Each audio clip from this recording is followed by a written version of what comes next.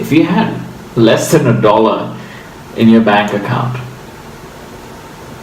I'm sure, like, as a student, many of us have had that challenge. Yep. Including myself. And it could be quite chaotic. Yep.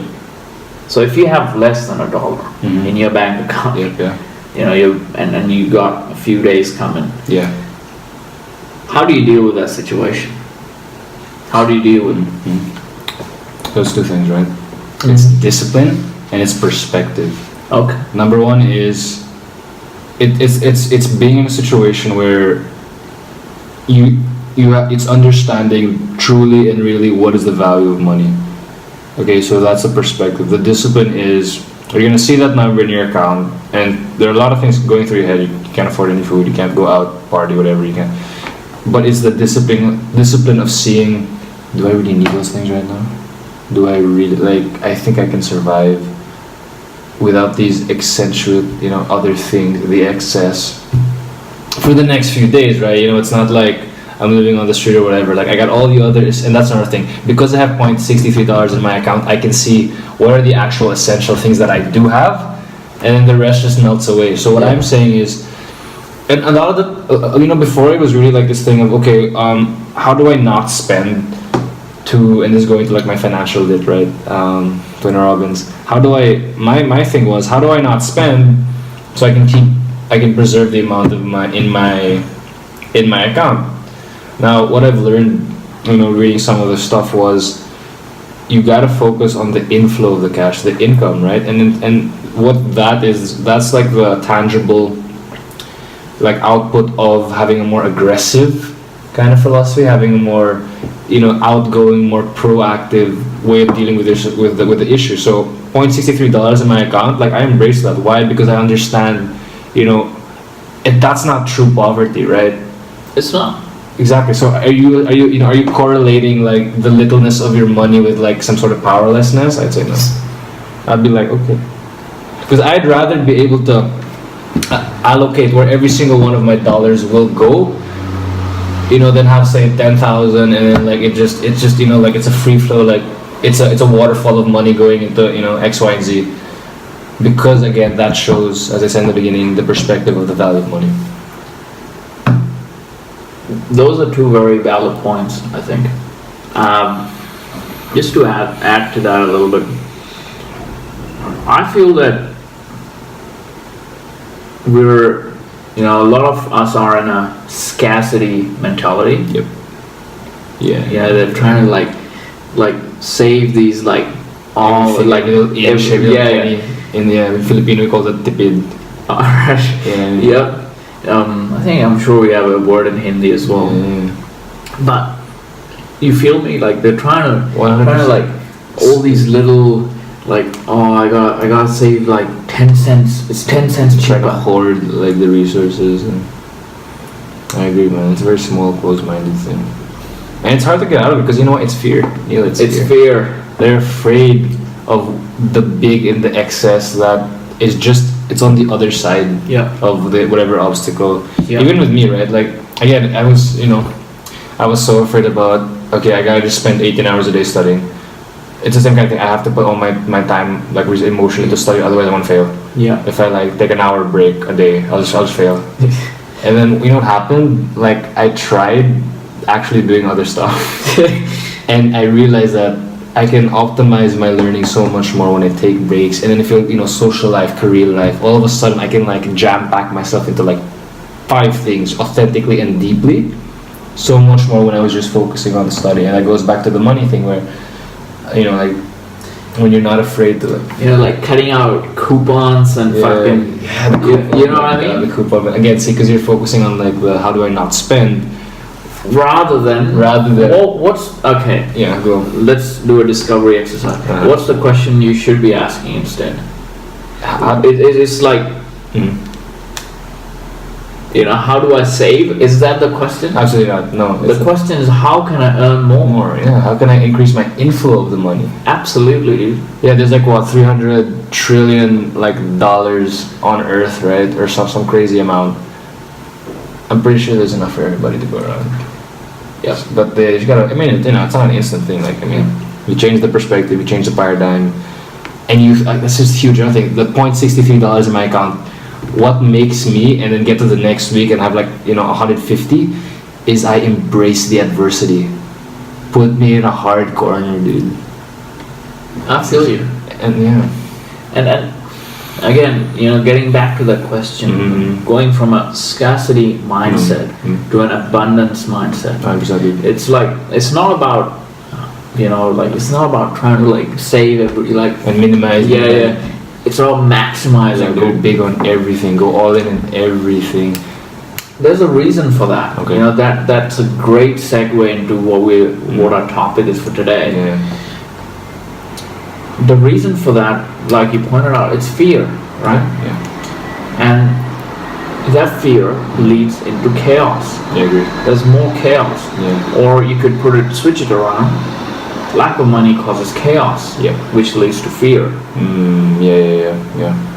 Definitely, it's chaotic because then the X amount of things that you have, you don't have anymore. Yeah, sure.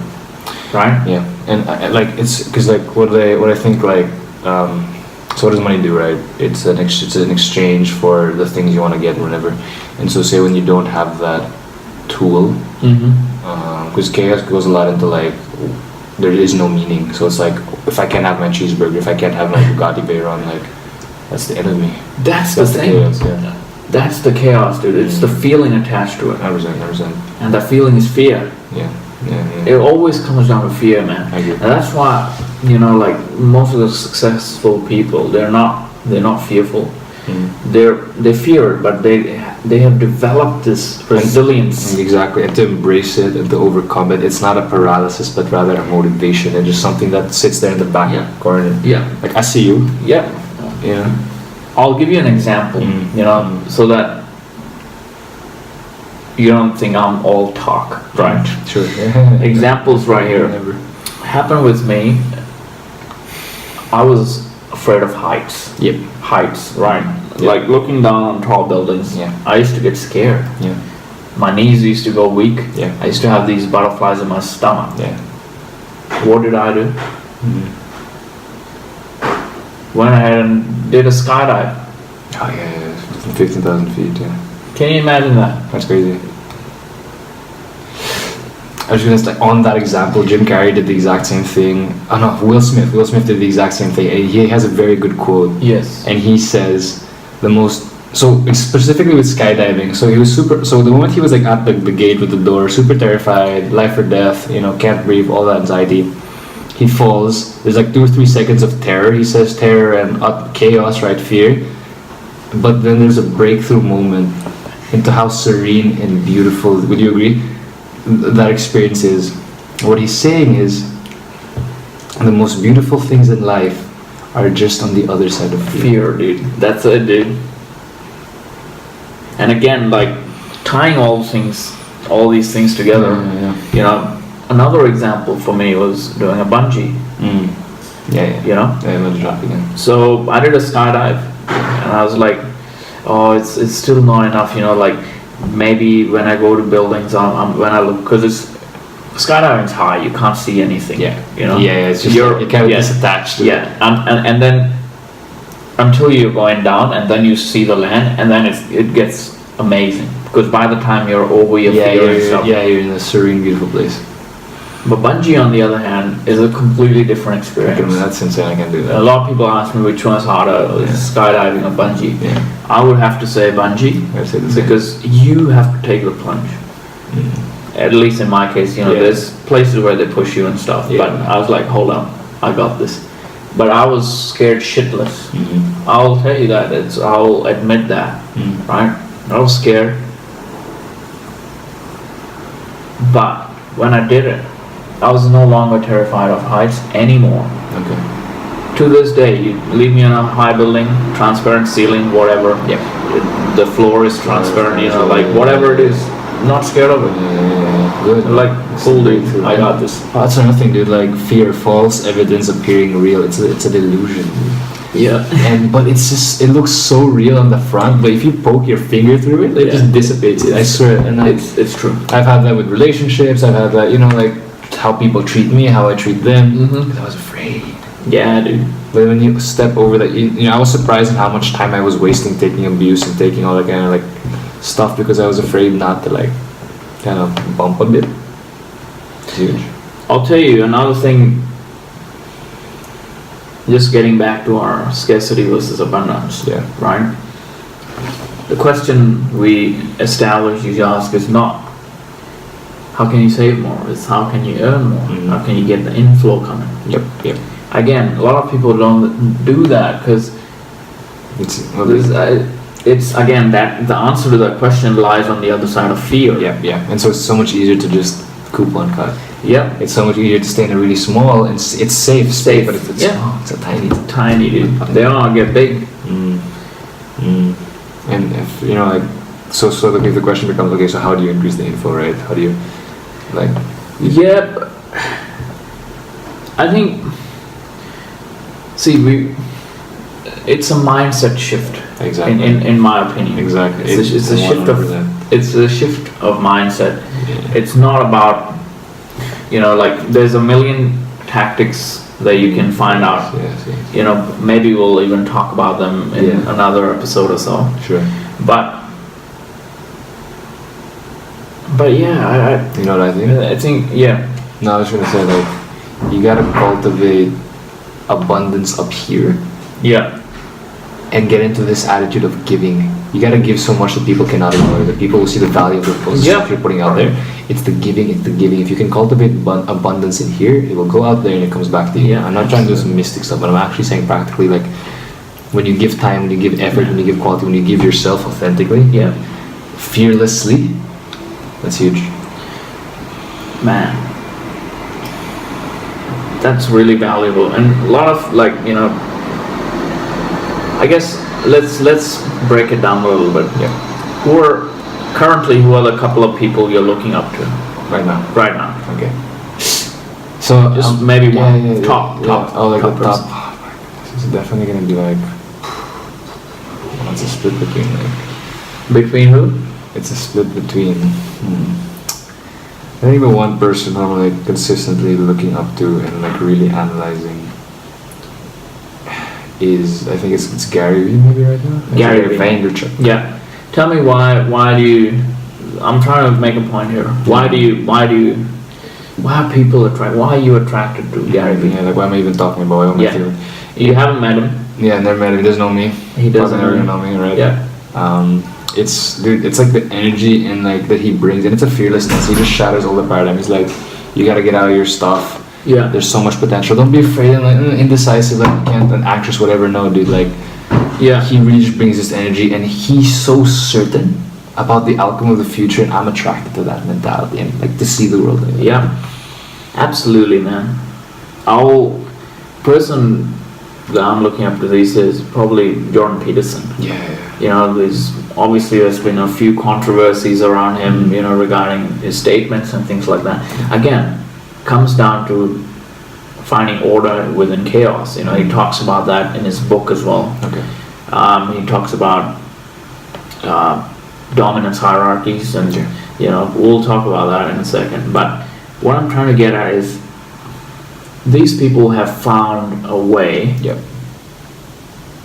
to go past their fear. I'm not saying they don't get fearful. Yeah. Of course they get fearful. They're humans. Sure. But they've cultivated a way to, just me and you sitting here in Australia talking about a Canadian professor and American entrepreneur. It's that's the kind of power that they evoke. Yeah. And see, like I also admire the kind of connection instantaneously through a video, like 20 how many thousand miles away, he creates that connection. That's powerful, dude. It's powerful, man. Again, with Jordan Peterson as well, he's a lecturer. Yeah. Talking about, I read his book recently. I would like to talk about it because it relates into chaos. Mm-hmm. So he talks about the first chapter is about lobsters. You know, Lobsters. Right? Lobsters. Oh, lobsters. What are my lobsters? Continue. So lobsters have a similar nervous system to human beings, Oh, okay. and what that does is that, you know, if you leave 100 lobsters on the floor, they'll arrange themselves in different groups according to different hierarchies. Wow. Based on fear, challenge, and alpha. You know, these couple of these factors. So, for example, you know, and in every group there will be like one alpha, and then there will be like a king. So it's like a dominance hierarchy. You know. Sure, okay. And since it's been scientifically proven that, you know, our nervous system is quite similar to the lobsters and vice versa, that part is ingrained in our brain. As well, it's like an innate conditioning framework of absolutely. And we don't even know it. Before we had like limbs, we you know, before we were this Homo sapien, it was already there. Sure. It was ingrained in our brain. You know, fear, flight. You know, that algorithm in our brain hasn't changed. The most primal, like, it's called instinct. Right? Primal instinct. What is like, and the most popular algorithm is fear. Yep. And that's what most people operate out of. Yeah. But if you can, if you know what's at the other side of it, and if your purpose is strong enough, then you can bypass that algorithm. And more so, I'm gonna one up you right now, Neil. Please. I'm gonna say, yes, you can switch the fear off. I'm gonna say, if you put enough time, effort, and focus, dude, you can make abundance, progress, high performance. That can be the instinct, dude. I'll give you an example. Yeah. Yes. Yesterday, what did I do? I woke up at 6:30, got up, showered, ate breakfast, studied straight because I had an exam at 2, right? Study. And I've been studying the whole weekend, you know, so I put in 40 hours into this. A lot of content, reading, sure. So studying stuff, you know, memorizing, all that. Okay, do the exam, 1 hour, boom. It's a high burst, and I wrote like 5 pages, per thing in like, 20 minutes, and then I had to do the other part of the exam. It was great, did good. Boom, got out. Right after that, I had to finish a cover letter to an application for a grad application I was doing, so I had no time, post-exam fatigue, it was not an option anymore, and that was a breakthrough for me, because I thought, I was conditioned to like, okay, I'm tired now. No, I thought, I went home, I had to rewrite the entire cover letter, I did it again, analyze, talk to people, modeling, the theory of modeling, look at what the grades do and how can I apply that to myself. I did a bit of that as well. Okay. And boom, I did it. So my point is, like, you can condition yourself, to push past all of that. Yeah. In a high performance level. I think modeling is one of the very, very underutilized tools that's out there. Yeah, I want to talk about that for a second. It's a great thing that you brought up. Yeah, man. Modeling works in businesses. Yes. Works in personalities. Yes. It works in athletes. 100%. It works in every dimension. It's like it saves a person a lot of time. Yes. Because let me give you an example, right? So Conor McGregor. Yeah. I put my foot near brilliant. He's getting a lot of heat these days. Anyway, we won't get into that. But and then on the other side you have Floyd Mayweather. You got the outgoing, outspoken, outlandish, this crazy phenomenon, the phenom, right? Yeah. You got this guy, and he has his model. Yeah. What did Conor do? He modeled Mayweather's model and brought it to the UFC. This is what Mayweather claims, by the way. Are you serious? Yeah, there's video evidence for it. Oh my goodness! Wow. Maywether says that he's modeled his whole like crazy, So he's brought he took that. He know that works because Mayweather's obviously one of the most financially and fight-wise as well the most successful boxers of our time. He brought it back, applied it to UFC, and did the whole thing. into UFC. And that's and then you've seen how his career has gone up. Obviously now, he's going through some, but he tripled his net worth. That allowed him to get a match with Mayweather, and that tripled his net worth. Like that, and that was such a great example of modeling. Yeah, he modeled his entire operating system. If you may. Exactly. And just on that, see, when he does it deeply. He's gonna give 100%. I'm gonna do this extroverted, crazy, like stuff, high level, high frequency. Exactly. And down to every decimal. Exactly. And when he does that, you see, like, and when you model in that way, that's why you said, snap of a finger, boom. It's because of that. I'll give you another example about guitar players. Okay. Right? John Mayer, highly successful, won multiple Grammy Awards. 6, I don't know, at least, I guess. He modeled Stevie Ray Vaughan. Okay. Jimi Hendrix. Yep. He modeled, all these beautiful guitar players. Yep. And Clapton. Yep. And all these guys. And kind of like merge them. Yep. And now here you have John Mayer. Yeah. Kind of modeling allows you to become yourself better. In a way, it's a weird. It's Yes, I agree. You know what I'm saying? Awesome. It's not copying. No. It's not copying. No. You gotta be yourself. You gotta know why you're doing that. And when you model something, it's like just taking like the best of, like, say, the other person's experience, applying it to your own. And then boom, going to see. That's why. So that's why Conor McGregor is Conor McGregor, right? Like, he's not, 2.0 of whoever he copied. And just on that, I think it takes a humility to be able to be like, okay, I obviously am not good at this.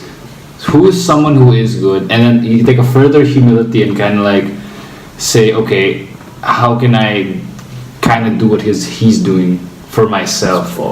Yeah. Triple his net worth, man, in one night. Obviously, I don't undermine all the effort he put before that. But look at the outcome, man. Yeah, exactly. It's incredible. Yeah. So the power of modeling, it's massive. I agree. That brings me to a very interesting sort of a segue.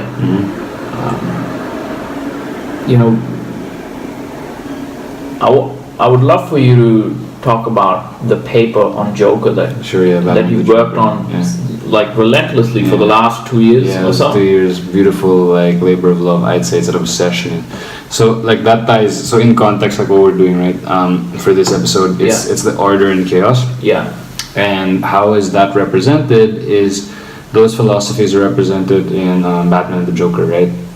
So, I mean, like, just really quickly, like, the gist is you have these two entities, you have these two characters, if you may, and they're punching each other, kicking each other off ledges and all that jazz. But what that is really just a metaphor for, and kind of just like the cloud and dust of, is this ideological fight between chaos and order. And I'll even one up that through the paper I kind of describe how these degrees of thinking, they're like different truths. Like there is chaos, but yes, there's also order. And we talked earlier about like a dichotomy situation. Yes, they clash and they fight and there's this tension, but their existence is so interconnected to each other. Sure, like other people have said that. I'm not breaking new ground there. I one up that with saying that's the kind of struggle of the self as well. You see, the cartoony bit of it is really just a representation of what the heck is going on in here and going on in here. So I write the paper because it's an exploration into, so what is chaos? What is fear in chaos? Why is Batman scary? Why is the Joker scary? What are they representing as individuals authentically, that makes us shiver and call them super, heroes, super villains.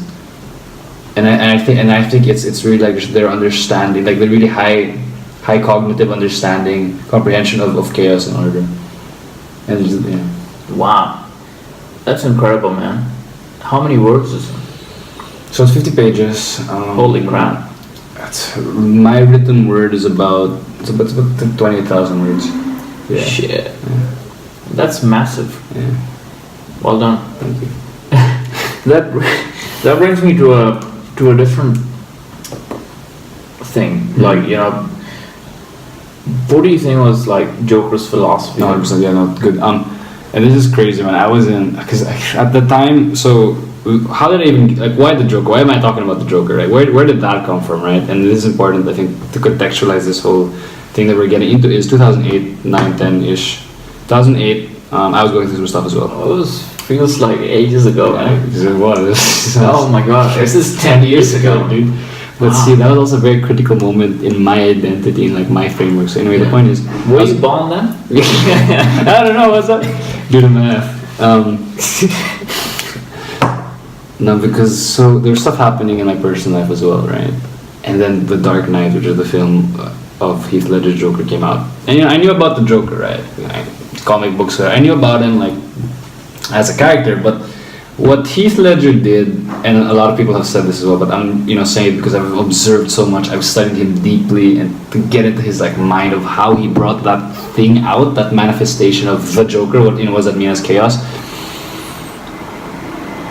That's really groundbreaking because he put himself so much into it, and and that brought him somewhere else. Like it's a dangerous place, I'd say, because look what happened after. Anyway, the point is, at that moment, I was really intrigued by the theme of chaos and how it, when you're trying to pursue something, right?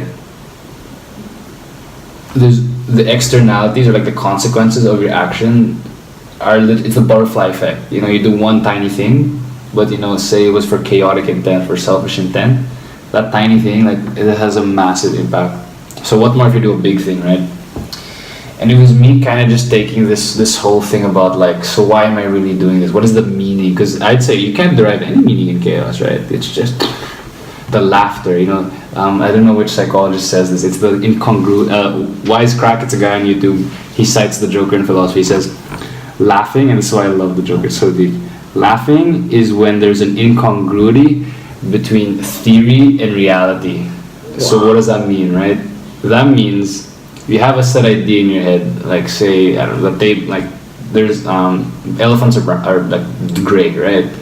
So that's in here. Well, one day you see a pink elephant. It's funny because it doesn't match what was in your head. So going back to the chaos thing, yeah, it's and so that's why you laugh, because it's almost as if its expectation was reality. Exactly, 100%. Is that it? I'd say, yeah. It's that and then some, because your expectation was trained by what? Your perception, and knowledge from this thing, right? And so the moment that is shattered by the reality you see, you're chaotic and like you're so disoriented. That's where the craziness comes in. Wow, that's fantastic, dude. It's I mean, Jordan Peterson talks about that as well in his book, where he says that he's given a lot of like religious references as well, and I think it's quite interesting because a lot of religious books, they always have the good versus evil. All the mythologies. You look at Hindu mythology. I've studied that as a kid. Growing up and stuff. Again, you got the good versus evil. You got the Asian philosophy. You got the yin and the yang. You got, as you mentioned before, you got the night and the day. Yes. It's almost and it's almost that they live together. Yes. And they can't exist without one another. Yeah, that's what I was saying earlier about the Batman-Joker relationship, right? And it's a beautiful, like, it's finding like the balance. You can't repress one of them, I swear, because that's when you go crazy. It's finding the balance of both those things, right? And it's logically it's contradictory, right? How can you have chaos? And order at the same time? How can you find the balance? Balance is the whole point. Is there shouldn't be a balance, right? And this brings me to another thing. Like, Aristotle talks about the golden mean, which is finding the center between two extremities, right? Yeah. Which is great, and I think that is actually the way to function and kind of move on. But the thing with that, you gotta one up it. And I say there is no set middle like balance, you know, because life is the most volatile thing on earth, and like it's you have to be able to, you know, find a way to improvise, adapt, overcome, dude. That's it. And it keeps you're adjusting, you're tweaking everything because there's all this input of data in your head, and you're making a decision. Okay, so what do I do now? Where should I be now? Yeah. Let me add to that. Mm-hmm. Yeah. This is what I learned. Mm-hmm. Life is always consciously out of balance. Yeah. Full stop. You can close the podcast now. No, you probably should. We're close shit. What? So life is constantly out of balance. Yeah. So I'm just gonna. So this is a speech by Matthew McConaughey that I was listening to. Yeah. He gave it at a university in Texas somewhere. I'm not sure. Mm-hmm. It's a 40-minute speech. Yep. You know, he talks about this as well. I've heard about this from many other sources as well. Yeah. For example, you know, you define your success. You have 5 things. Mm-hmm. Whatever the 5 things for you may be different for me. True.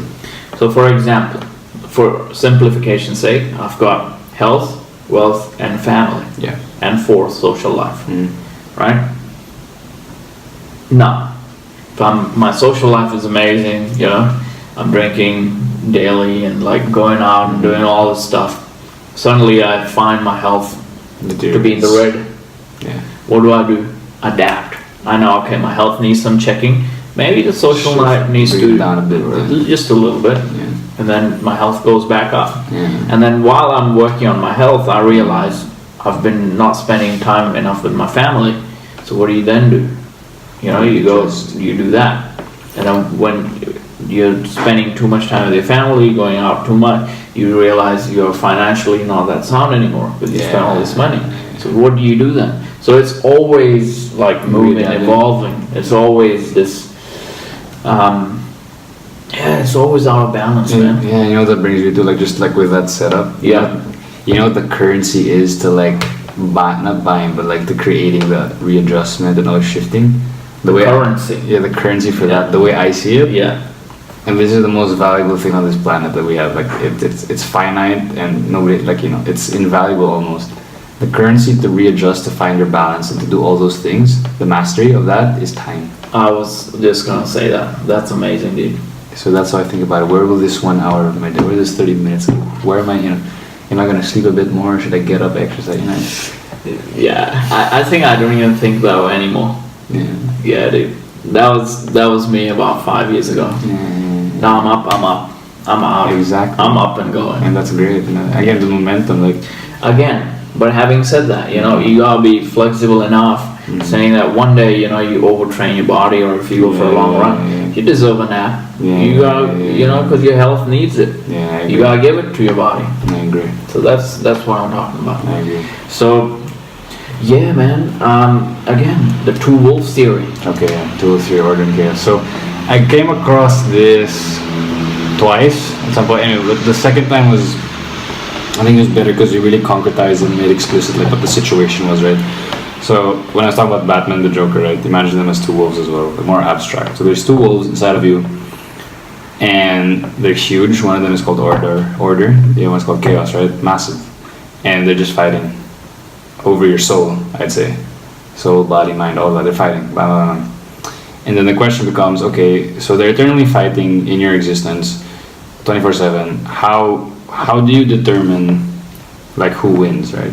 Okay, so how? I'd be like, I don't know. And you know, chaos, order, those could be like negative positivity, you know, like energy, or like just laziness, like the wolves. What determines the way the outcome of their fight is it's which one you feed. Both are hungry, man. Exactly. That's what I'm saying. Yeah. Both demand your attention, your time, your money, your resources. They all want it. They want everything. They're temptations. They're going to tempt you with all kinds of crazy stuff up here, and you know. Oh man. It's the one that you're going to willingly say, here's a slab of meat, just for you. Because it's you doing that. Nobody else is going to. Yeah. You gotta feed both of them. Again. Because you gotta. Yeah. Again, it's about consciously being out of balance. You want to go out and celebrate after working hard for weeks. Yeah, you deserve that. I see that. Don't let anyone tell you you can't. Not even yourself. And that's when the problem starts. Yeah. I agree. And I think I'll confess that I think I got a bit too tight on the order side of things. I'd say uni's done that as well. And it's really being healthy again, but out of balance. And because there's so much you can gain from that moment of like, you deserve a bunch of fries as well. You get some fries. Yeah, go get some fries. Yeah. Get a cheeseburger if you want. And the moment you're not afraid and able to delegate and discipline yourself, like, I think again, coming down to the fear, dude. Yeah. I think that's what it is. I'll tell you why. Because you're fearful that if you lose your routine, then it's gonna go to crap, right? That's it. Yeah. So maybe you gotta lose your routine. Yeah. What? And it's like, and you can realize, and here's now we're getting. Yeah. Now getting into it, dude. Deep. Yeah. And what I'm saying is, and this happened to me. I got to the point I can have the cheeseburger, and then I've had it good. I've valued what it is, and boom, I'll go hard into my routine again. I will not fall into like the second cheeseburger, and then you're spiraling down. I think the third cheeseburger is what's the problem. Yeah. The third cheeseburger is when stuff. Then you feel the guilt. Yeah. And you're like, I can't do anything. And then to feed the guilt, then next thing you know, it's pizzas and. I'm telling you, and it's like, because it's the mastery meal. It's like you got into the point where I'm in control of the burger. It's not that the burger's not. Well, in that sense, I'm serious. And it's. I'll give you a concrete example of it, so that they know that I'm not just dishing this. Last year, for 10 months, I would only have a cheat day once a month. Let that settle. I was going to the gym 4 to 6 times a week. I would have a cheat day only once a month. Now, what does that imply, right? So it's control, yeah. But then on the cheat day, and I'll tell you what my cheat day was. On the cheat day, I'm gonna go crazy for one day. And what was my crazy thing? Woke up, had 2 breakfasts. Like I go out and have like eggs and bacon and stuff, and have another one like cereal, whatever. All the sugar like in there. Lunch would be like just it would be all this meat with a bunch of gravy on it. Yeah, that was my lunch. And then dinner, I'd go out for. Dinner would be like a halal snack pack. So that's like the greasy meat, greasy fries, cheese, mayo, all this fatty acid going on there. I'd have that massive size, Yeah. I will not shy away from it, I'll finish it, I'll do that. Then dessert, I walked into Kohl's, I bought an entire pack of Tim Tams, I kid you not, a dozen donuts, like the small, like a dozen of those cinnamon donuts, great sugar.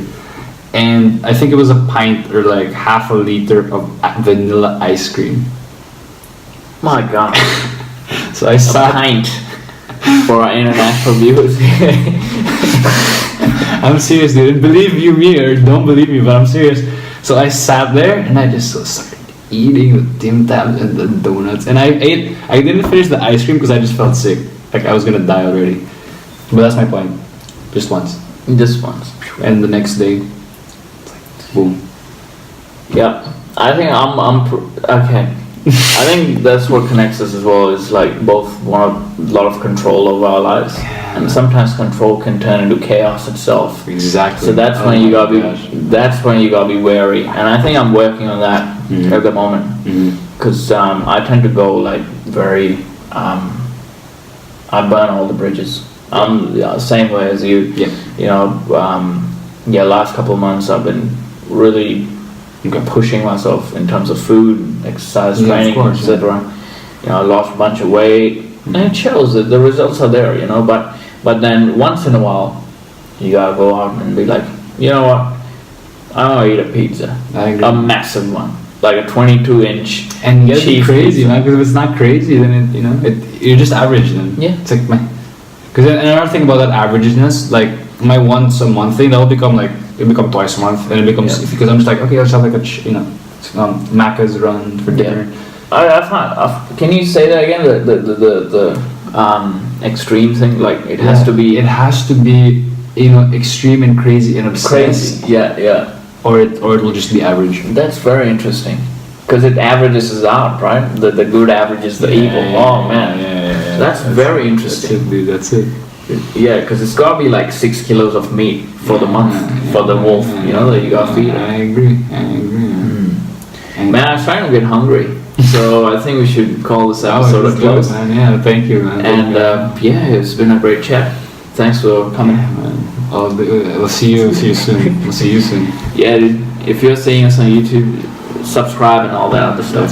Thank you, bro. Please. All right. We'll see ya.